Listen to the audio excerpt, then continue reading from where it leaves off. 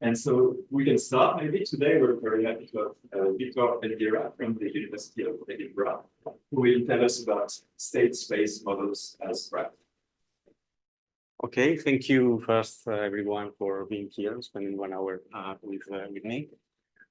Also, thank you to the Sydney Mathematical Research Institute, not only for the opportunity to talk, but also for inviting me to be here this week in Australia. This is a fantastic initiative. Please keep having it because it creates opportunities that otherwise would not be possible. So I will start talking about this work in state space models, in this case, seen as graphs. We will see very soon what it is. This is a joint work with my collaborators, Milicius Nou in France and Benjamin Cox, a PhD student in Edinburgh. So I'll start with an introduction, but before that, Thomas, sorry for this. You sent me this link of how to give a good colloquium. And I liked how you set the expectations with the first sentence. That's really reassuring, and that helps my work here. And honestly, it was a very interesting document that many of you probably already saw. And it contains tips that are common sense, many of them, but first, it doesn't hurt to see them again. And some of them make you think further. So I really appreciate it. One of them is to not be intimidated by the audience. You look all very nice, so I think this is a check. Don't try to impress the audience with your brilliance. My background is in engineering. You are mathematicians, all of you. Even some of them are proposed for Fields medals. Obviously done, right? The first 20 minutes should be understandable by graduate students. Are there any graduate students here? Okay, so you have 20 minutes more or less to let me know. Then I cannot guarantee, but I might get back to you. Do not introduce too many ideas. That's a problem usually we all have, and 43 slides are not a good indicator of following this very well. Okay, let's start the talk.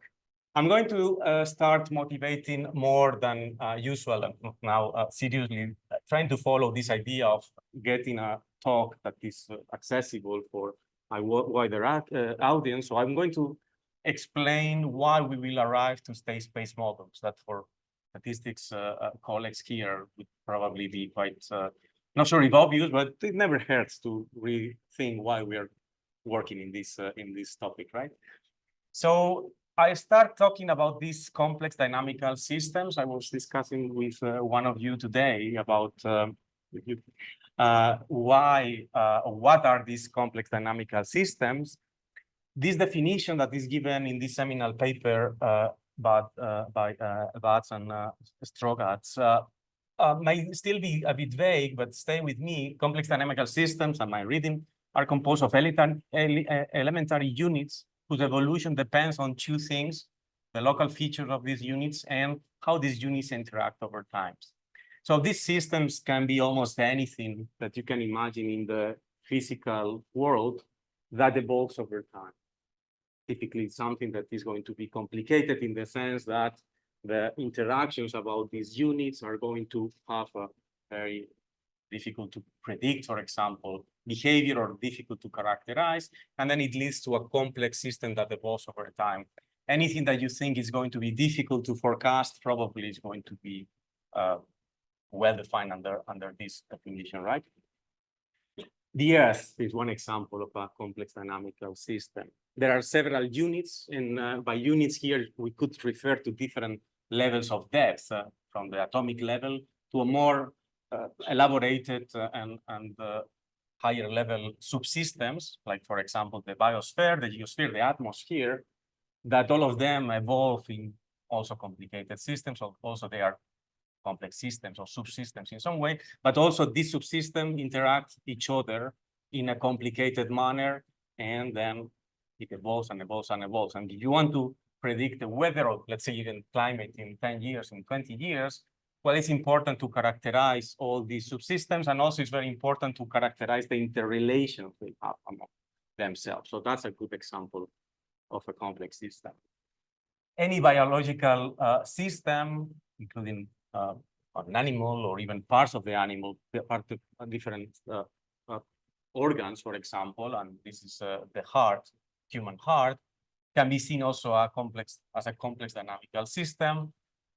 You have a heart that in the typical healthy scenario is going to start with some electrical signal. Then the atria are going to pump blood to the ventricles, and then the ventricles will do again another pump and then expel the blood. So this can be seen as a complicated system, but also you can go to the more cellular scale and also see how these cells in the tissue, the heart tissue, interact. So you can describe the system even in a more microscopic manner in this other picture. We have the muscles in the heart, but each of these muscles is composed of, I'm not an expert obviously on cardiology, but there are several layers of muscle, and each of these layers are composed of some cardiac cells that are able to transmit electricity. So it's a chemical electric procedure, but then they relate with their neighbors, and then they are able to do this pass of electricity that will make a healthy heart to beat. I don't know if you can see this, but this is the moment where the cell contracts, and then it's because the electric pulse from neighbors was transmitted. So this is also a complex dynamical system. So I hope that this motivates enough or put some clear examples of what these systems are. But once again, these systems are omnipresent in science and engineering. Then apart from these two examples, the brain is also a good example and a good candidate to be studied under this optic. In robotics, target tracking, also communications in automobiles, financial markets is a clear example of a complex dynamic system. You would like to know the stock price probably in the future if you were able to characterize this very well. Population ecology, how a system, Australia here you have so many interesting but also endangered species, and you want to know how all these subsystems, different populations, different species interact in complicated manners. You would like to know how it's going to evolve the system, and want to do other things once you are able to characterize, predict the system, but also understand the core of it. Then you can make actions, optimal actions in some sense, in order to drive the system where you want. So I'm anticipating already statistical task that you would be interested in this kind of systems, right? So these complex dynamical systems, if we look more formally, they are characterized mostly by two things, or at least from our human perspective. One is something that is difficult to observe, and sometimes we don't observe, but we know it happens. There are some dynamics, intrinsic dynamics, depending on the system, that make the system evolve over time. These dynamics usually are driven by some laws. Some of them we know, some physical laws. Some of them, they are very complicated, or the number of units is so big that it's difficult to provide laws that would help us to predict the future of the system. It truly depends on the application we're working on. The second characteristic is that usually we have access to observe certain parts of this system, just at discrete time, just in some parts of the system, and typically noisy even. It's not exactly what is happening, but it's just a noisy version, right? So what is our goal? Our goal in this type of problems is, I would say, one is more philosophical, if you wish. Is I want to just know about the world that surrounds me. I want to understand these mechanisms as best as we can. So knowledge, characterizing the system, brings knowledge to the experts to interpret, to derive new laws, to understand how these systems operate.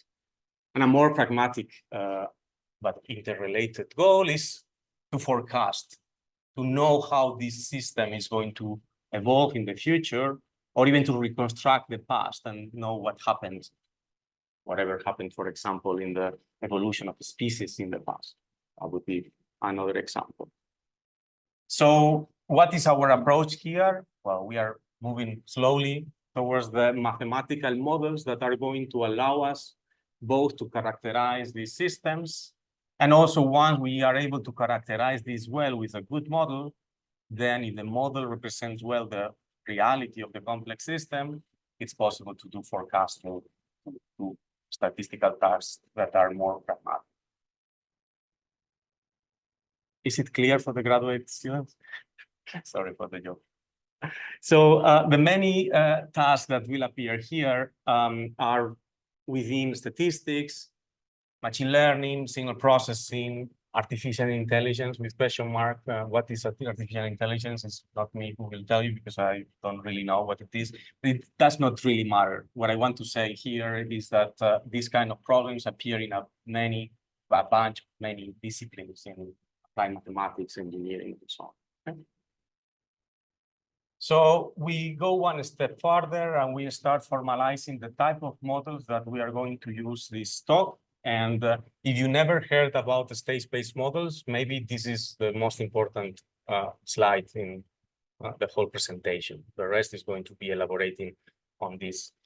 A state-space model is an attempt to represent these complex dynamical systems. As simple as that. We are going to represent the system through a hidden or latent space. So we are going to have this state xt. This xt conceptually represents all the information that I would like to store of a complex system if I could. I don't have access to this. I cannot observe this, but this is going to represent the state of the system. That's what this latent state means, okay? And it's going to be of dimension nx here. Maybe not working, nx. The part that I have access to is observation, measurements, measuring atmosphere pressure, temperature here and there, or population ecology, counting animals that through, all these mechanisms, capture, recapture, if you're familiar with this. Those are the y's. So I will have always access to the y's, never access to the x's, okay? Then, before going to the statistical task, I'm interested, in order to define this state space model, I need to define two equations, two models, two equation models. The state model here and the observation model here. So the state model is the equation that governs how the state evolves over time, the dynamics of the system. And it's done over the latent space because, as I said, this latent state is what represents the knowledge that is needed to capture about this system. Then you have a second equation, which is the observation models that tells you how the observation are linked to the state.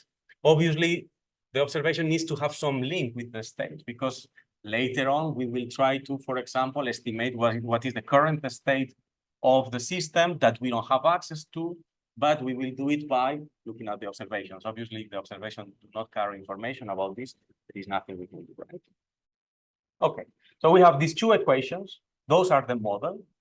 Usually we assume some parametric model, so some parameters theta that you either know or don't know, but if you don't know, also you need to estimate them. These thetas, for example, here are going to tell you information about the dynamics. In this case, I'm here assuming a Markovian structure on the state. This is not necessary, but this is the main or the classic simplest scenario. So these theta are going to tell you how much memory the system has. Is one state followed by the other carrying very similar information, or the system jumps a lot between t-1 and t. Here the t is discrete time. Maybe many of you assume that maybe I didn't say it explicitly. So that's one intuition about this theta. Sometimes you would know it because you know the system you're trying to characterize, and it's a physical system, and you know some physical laws, and then you know it. In many other scenarios, more complicated tasks, it might not be the case. Okay.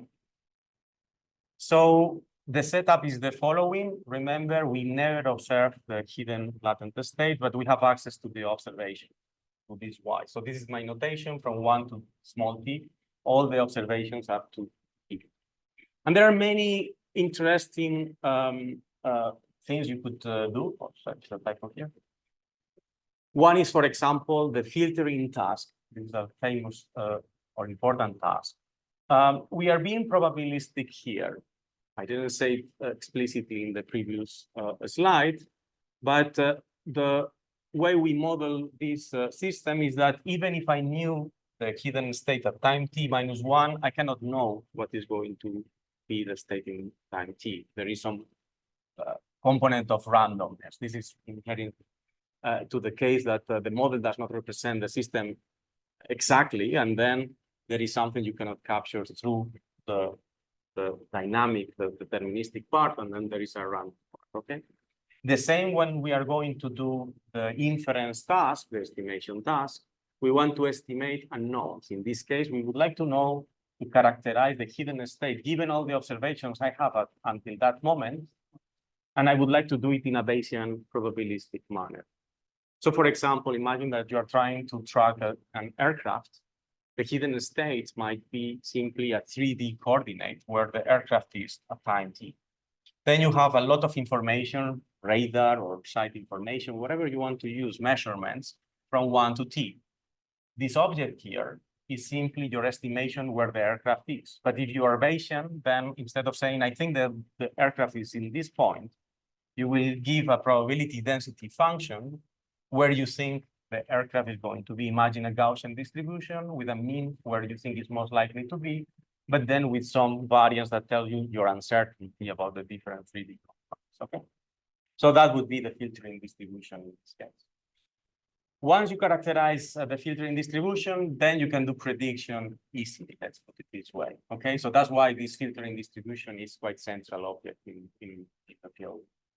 Same for the observation. You would like to know what is the next measurements. In the aircraft example, maybe it makes little sense, but in the finance example, would make a lot of sense to know what the stock price is going to be a few time steps ahead, right? Then if you don't know these parameters, model parameters, then you would like to also estimate them. If possible, depending how you constructed these two equations, particularly the state equation, these parameters may give you interpretability about what's going on with the state, but we will go through it soon. Okay, so this is Bayes. I don't know if you recognize him, and simply to say that in this scenario, usually we take a Bayesian approach. We will see that we are always Bayesian until we cannot, or our computers do not cannot afford it. So there are some methods here that are partially Bayesian, but partially point-wise estimate. Clear until here? I think we went beyond the 20 minutes, so I hope that this part still is going to be clear. We saw the generic state space models, superset. Let's go to a subset of these models, which is the linear-Gaussian model, a particular case of the generic slide that we just saw. This is the linear-Gaussian model. If you are familiar with it, maybe it's very boring, but if not, it's important that you know that this model is very famous, very widely used, because it has a very interesting property, and is that the filtering distribution that we saw in the previous slide has an analytic form. It's possible to compute it exactly. Okay.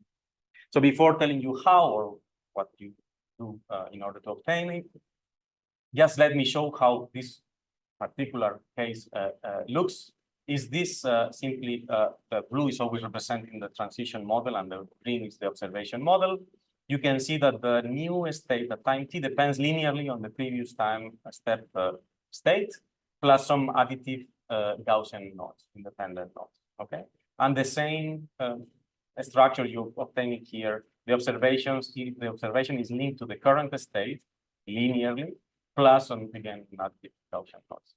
This equation is, these two equations are equivalent to these two equations. It's just a simple different way to represent it. So given, if you knew xt minus 1, you can characterize this xt, because that would be a Gaussian distribution, because this is would be deterministic. If you knew it, then the mean would be this part, and the covariance would be just the covariance of this. Yeah. Very good question. Totally problem dependent. Fantastic question. Yeah. This A might be coming from some differential equation. For example, it could be a discretized the hidden state evolution, and then it would totally depend on it would change over time, but or not, it depends on the equation. But in most examples, I don't want to say most examples would depend. It truly depends. Yeah.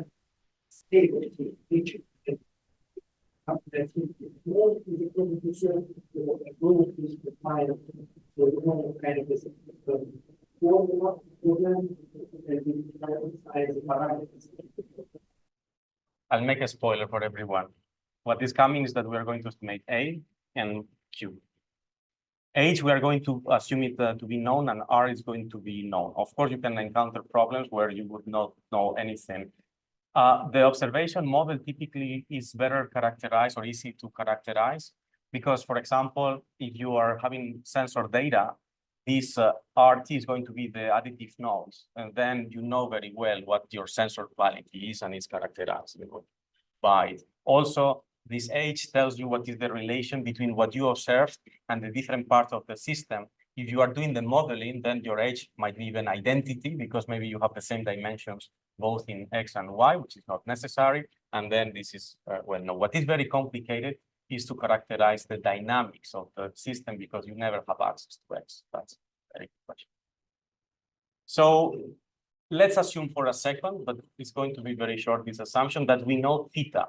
Theta here is A, H, Q, and R, these 4 parameters. Then the Kalman filter allows you to compute the filtering distribution.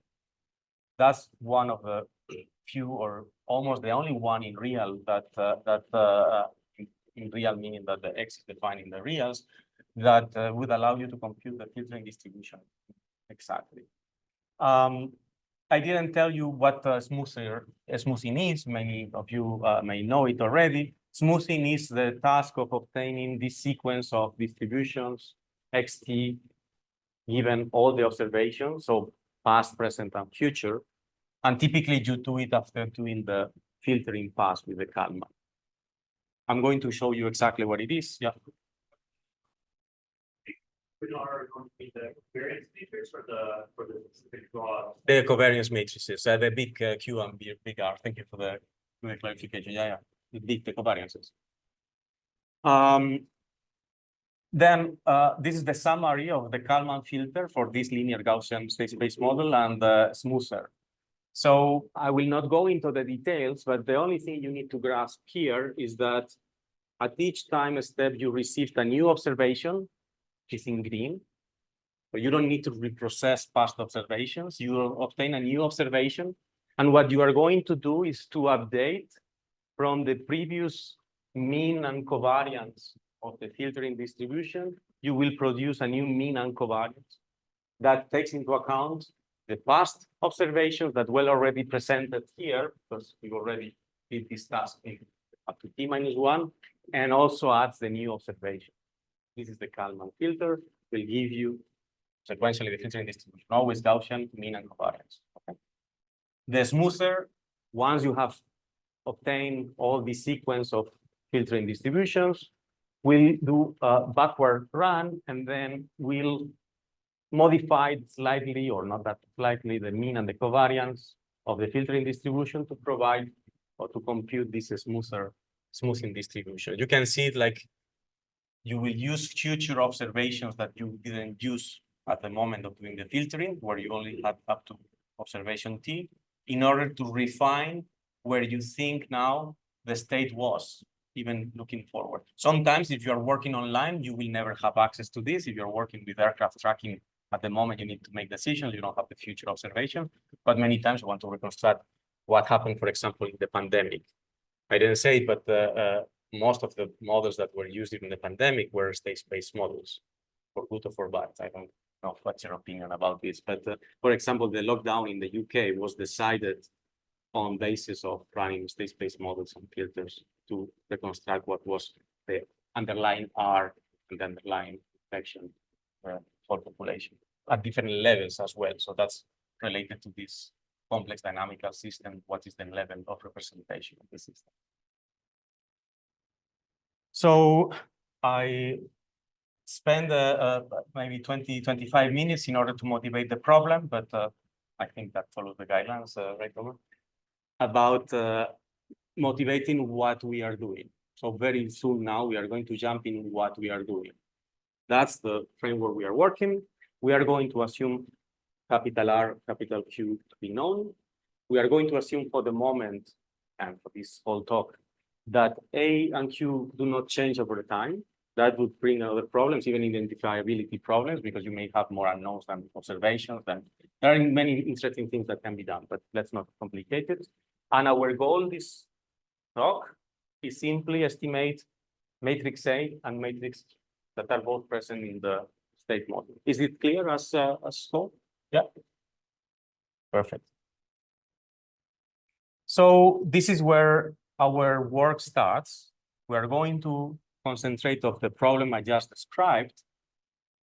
And it's just an estimation problem. We observe the Y's. I want to estimate A and Q.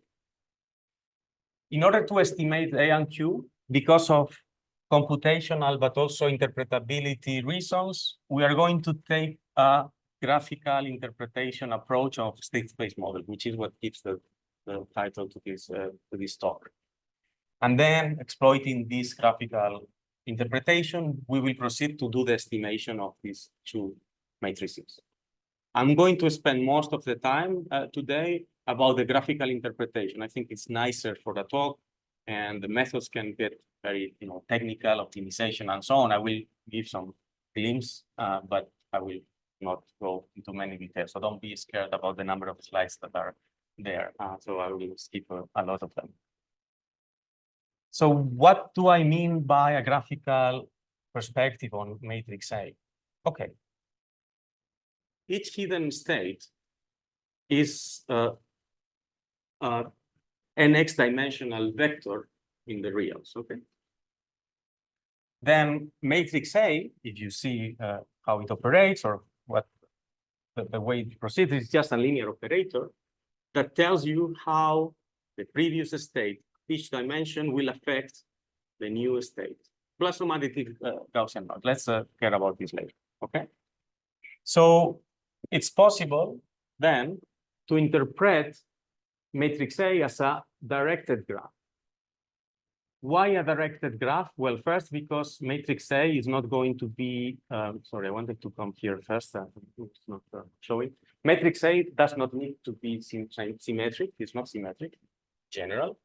Some dimensions will affect others from t-1 to t and not the other way around. You can think many examples. Twitter, for example, following accounts of Twitter, some people are affecting others, but others are not affected by the previous one. That's a very dummy, but quite common example.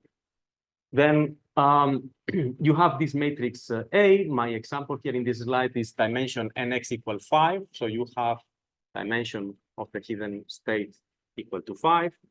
Then this matrix is simply going to tell you for the first dimension of xe, how this depends on the other 5 dimensions in t-1. And then you need to look at the first row and say, look, it only depends on the first dimension, so itself, and the second dimension. Okay, then now you can come here and say, look, node 1, dimension 1, depends only on itself in dimension 2. The strength of the link is the absolute value of the entry in matrix A. That's our interpretation. We're going to interpret first that there is this graphical structure there. Second, because if it's graphical, then sparsity is going to be present. Many of the links are not going to affect others. That's one of the benefits of the reasons to do it. Otherwise, if everything was connected, maybe not have that much of an interest. Just going back to the origin of the talk or to the motivation, remember that these state space models can mimic or can model almost anything, but you can think here that X represents actual locations with actual temperatures that in the different part of the atmosphere that you will not be able to measure there.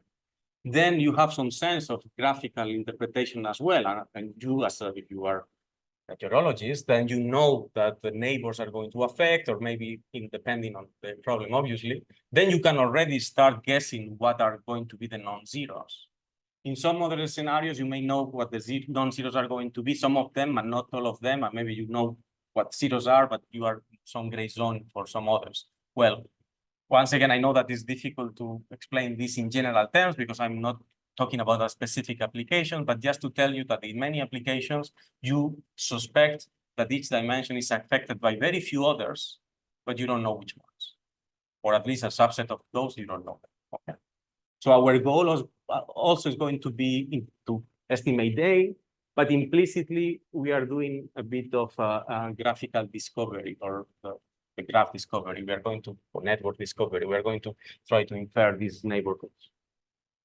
Okay, so if you are familiar with the Granger causality, I don't know if anyone is familiar with the Granger causality. Did you ever hear? Some of you, yes. Yeah.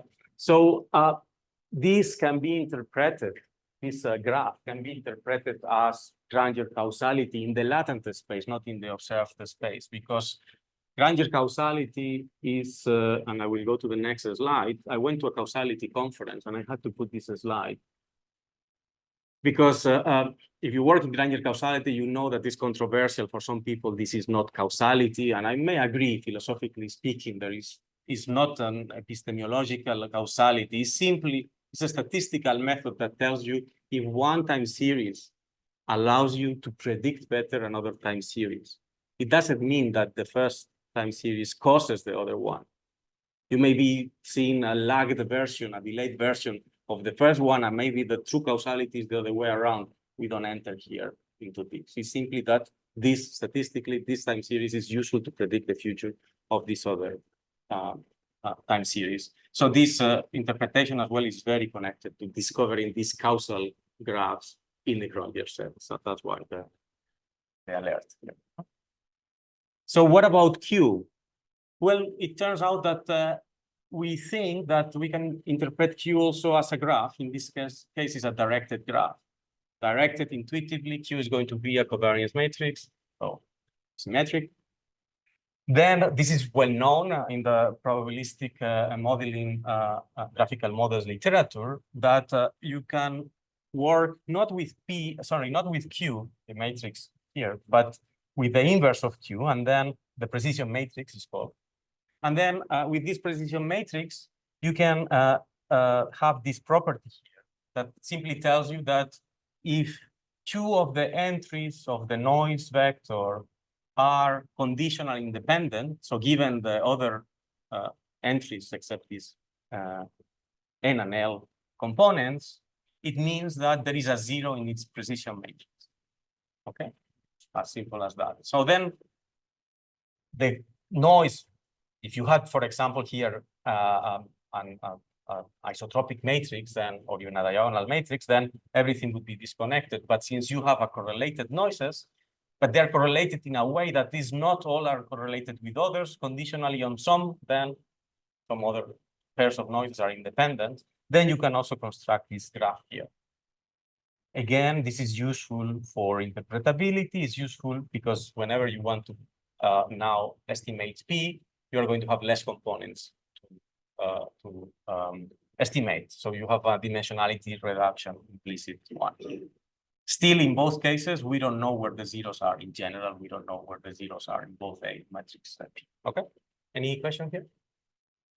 So if you follow the two last slides, the third slides combine the two slides with exact same example. So we are working with dimension 5.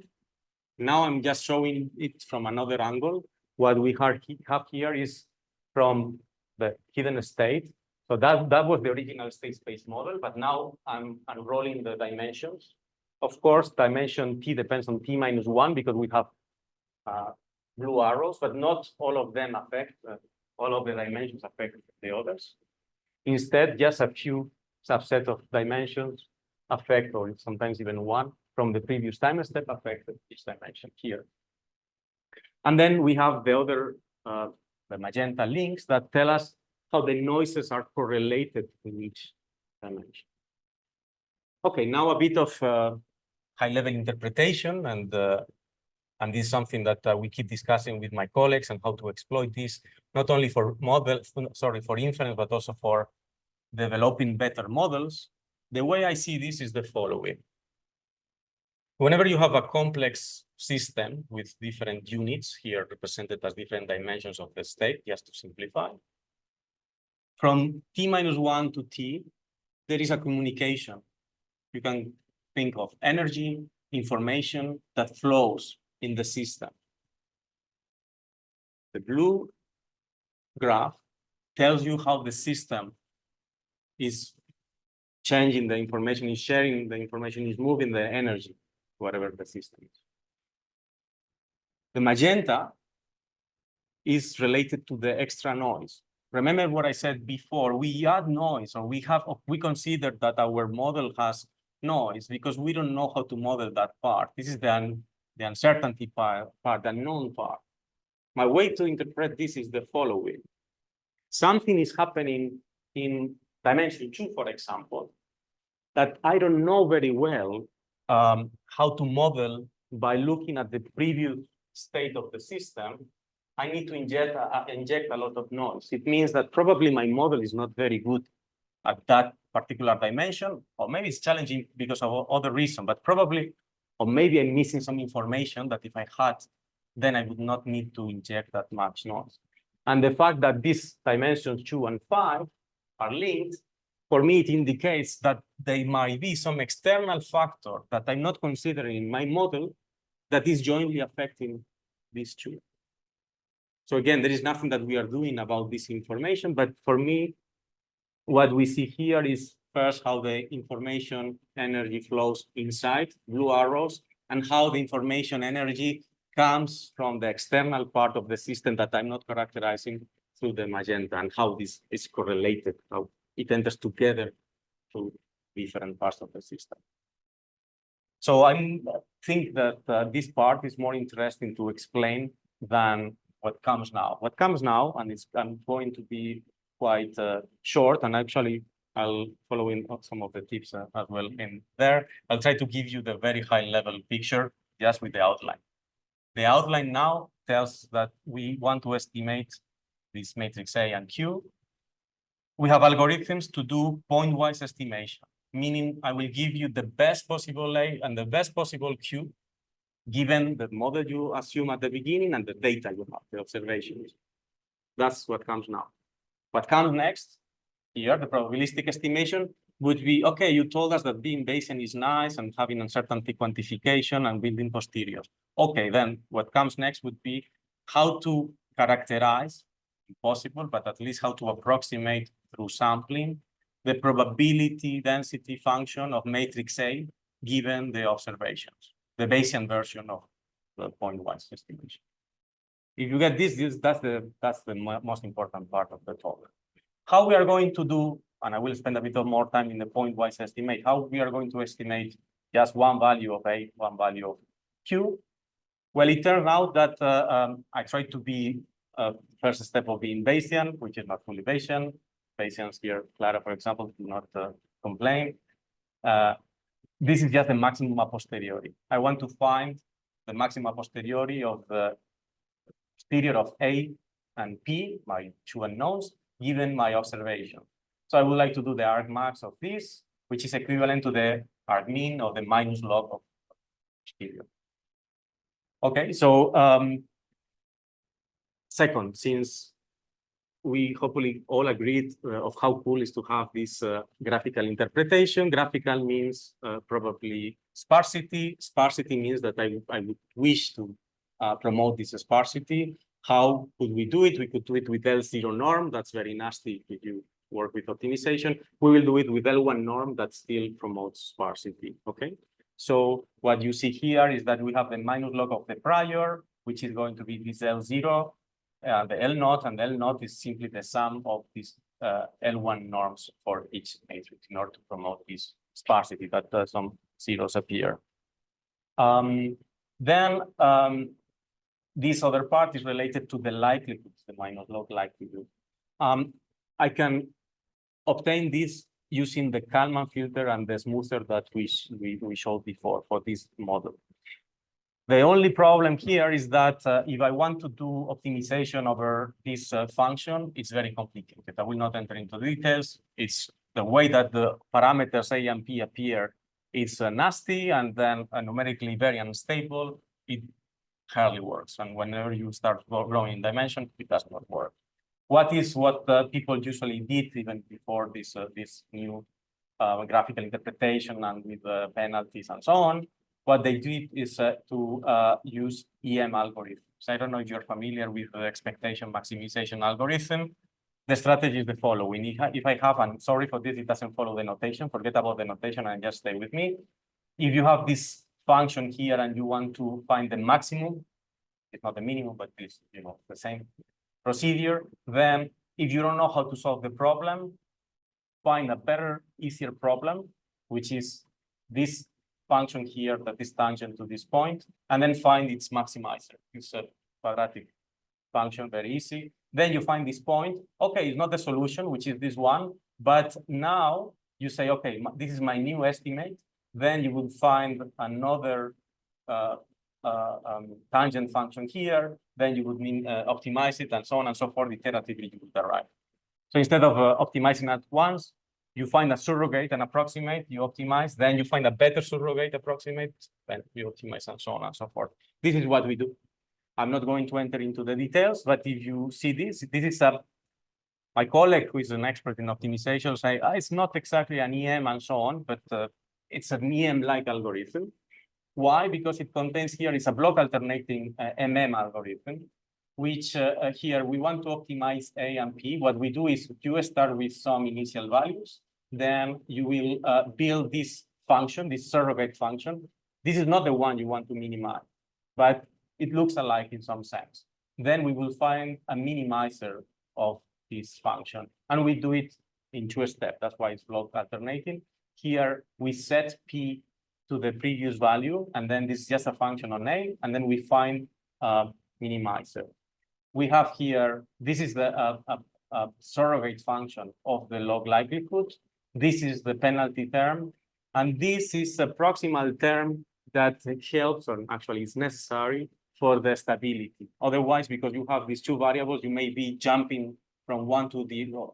From one of these programs will tell you to go there, the other to go there, and then you could be forever. And that ensures stability.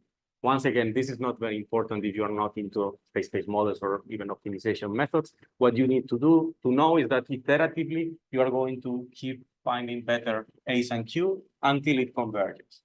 I will not go into all the details of the theorem, also another tip there, but just to say that under some conditions, then you are always reducing the loss, and at some point you will converge to a critical point. This is the global minimum is not, because this is a very non-convex function, but there are many solutions that may look alike, and it depends a lot on the problem, on the observations, and so on.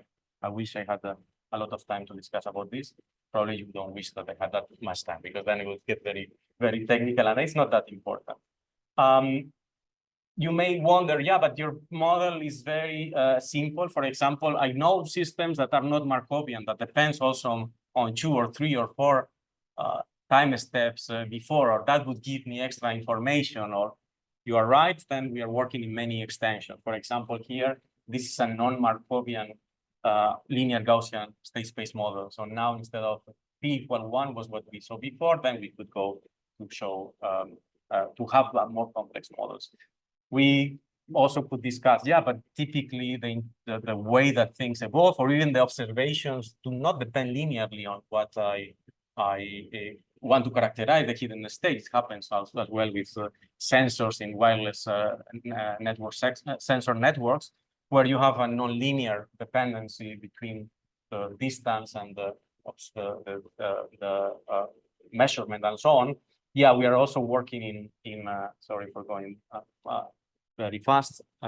we are working in extensions that are nonlinear as well. So I skip also, sorry, this other slide where we have a cardiology example and is working pretty well in order to detect problems in the atrium, in the heart transmission by having sensors in the inner part of the heart. This is a collaboration with cardiologists, but just to tell that this actually works in practice and is very useful because what they try to do is to recover what is going on in the heart in the sense of what is the transmission, the actual transmission. A healthy heart should behave like this.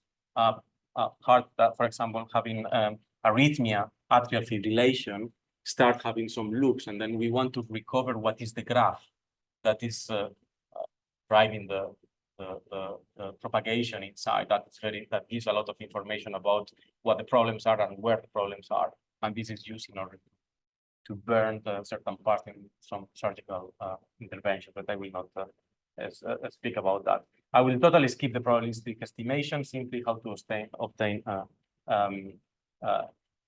samples from a P of, sorry for, I just wanted to show you this. I want to obtain samples from this. So I want to estimate A, just A, forget about it for the moment, given all the observations. So how I obtain samples from this posterior distribution? I will skip maybe 1 minute, 2 minutes is fine.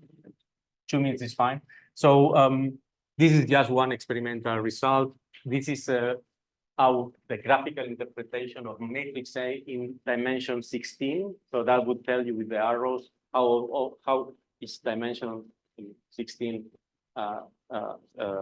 latent space would affect the other from T-1 to T. In the left, you have the true graph associated with the matrix A. This is what we recover. What is interesting, of course, is that, well, sometimes we miss links, so you can see it here, but the strength is related to the absolute value of the entry. So it's normal that whenever you don't have much strength, well, if you have limited amount of observations and they are noisy and so on, that happens, but the main links are recovered. And related to this, we have some results that says that this is what you're seeing here is performance metrics in recovering links. Just simply, this is the original graph. Do you recover or not? So you have the classical binary metrics of, sorry, precision and so on, specificity in this case at 1 score. And this is the capital T, the amount of data points.